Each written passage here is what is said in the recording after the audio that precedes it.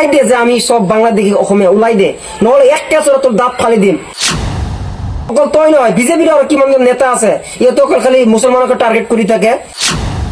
আর মানিলো আমি বাংলাদেশের পর আইসু, কিন্তু তই যে বাংলাদেশের পর আহা নাই একটু প্রমাণ আছে নাকি?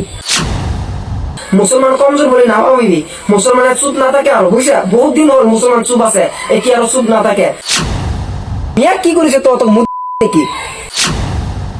এ ডিম্পু বড়ুয়া তোর হয়েছে কি কসন? তুই যে কয় টাকা যে বাংলাদেশ নিয়ে অকলে অসমখন ধ্বংস কৰি আছে, ইয়ার কোন প্রুফ দেখাব পারিবি? মানিছো অসমখন মুসলমানের দ্বারাও বেয়া প্রভাবিত হয়েছে, তহঁতৰ হিন্দুর দ্বারা তো প্রভাবিত হয়েছে। তই অকল মুসলমানের বদনাম কৰি আছ, কারণটো কি? অকল তই নহয়, তোর নিচিনা আরো অনুভব কেইটা আছে, সিহঁতে এইবিলাকে কৈ থাকে যিকোনো মুহূর্তত খালি মিয়াক টার্গেট করে। মিয়া কি করেছে তো অত নাকি কথা কব আইসা?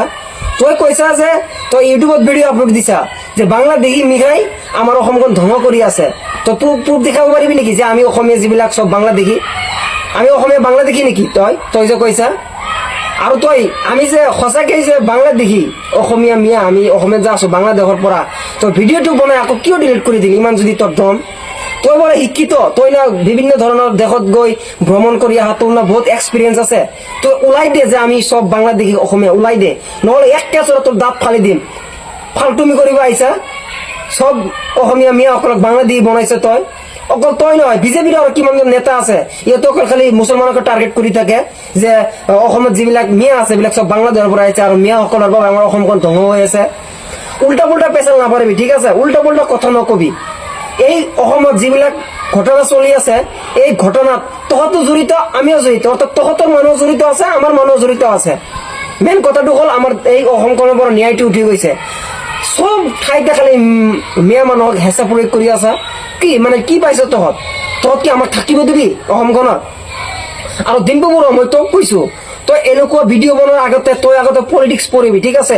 আমাৰ দেশৰ সংবাদ যিবিলাক সংবিধান আছে, সংবিধানৰ বিষয়ক অধ্যয়ন কৰিবি। তাত লিখা আছে যে ভাৰতবৰ্ষ এখন গণতান্ত্রিক ৰাষ্ট্ৰ, ইয়াত বিভিন্ন ভাষাভাষিক বিভিন্ন ধৰ্মাৱলম্বী লোক বসবাস কৰে মিলা প্ৰীতিৰে। তই কি নাজানা? তই যে অকল মেয়াকে হেঁচা প্ৰয়োগ কৰি আছা। আৰু মানিলো আমি বাংলাদেশের পৰা আইসু, কিন্তু তই যে বাংলাদেশের পৰা আহা নাই একটু প্রমাণ আছে নাকি? গতিকে এইবিলাক কথা নকবি, ঠিক আছে? সোশ্যাল মিডিয়াত তই ভিডিঅ'টো বনাই আকৌ ডিলিট কৰি দিছা। যদি দম থাকিলে হয় তই ভিডিঅ'টো কিয় ডিলিট কৰিলি কচোন?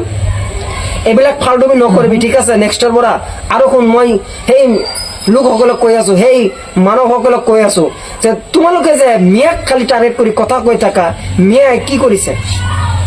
আজি যদি এই ইতিহাস পঢ়ো আমাৰ ভাৰতৰ, সেই ভাৰতৰ আৰম্ভণিৰ পৰাই, ভাৰত স্বাধীন হোৱা আৰম্ভণিৰ পৰাই আমাৰ মিয়াসকলৰ অৱদান আছে। কিন্তু তোমালোকে স্কুল কলেজত ভাৰতৰ মন্ত্ৰীসকলে অধ্যয়ন কৰাই যে আমাৰ ভাৰতবৰ্ষ এখন গণতান্ত্রিক ৰাষ্ট্ৰ, ইয়াত বহু ভাষাভাষিক লোক আছে, ইয়াত বহু ধৰণৰ ধৰ্মীয় লোক আছে, সবে আমি মিলি জুলি থাকিব লাগিব। কিন্তু সেই মিলটো ক'ত?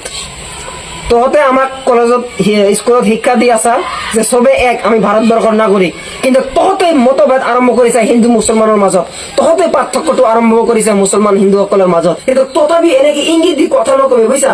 ভাল নালাগে কিন্তু কৈ আছো। আৰু তহঁতো তো জানাই আমি আল্লাহর বাইরে আর কাকো ভয় নকৰো। তো গতিকে কন্ট্রোলত থাকি অসমৰ ভারতের নাগরিক অসমত থাকা, তো গতিকে অলপ নিউট্রেলত থাকিবি, বুঝছা? মুসলমান কমজোর বলে না ভাবিবি, মুসলমানের চুপ না থাকে আর বুঝছা, বহুত দিন হল মুসলমান চুপ আছে, এটি আরো চুপ না থাকে।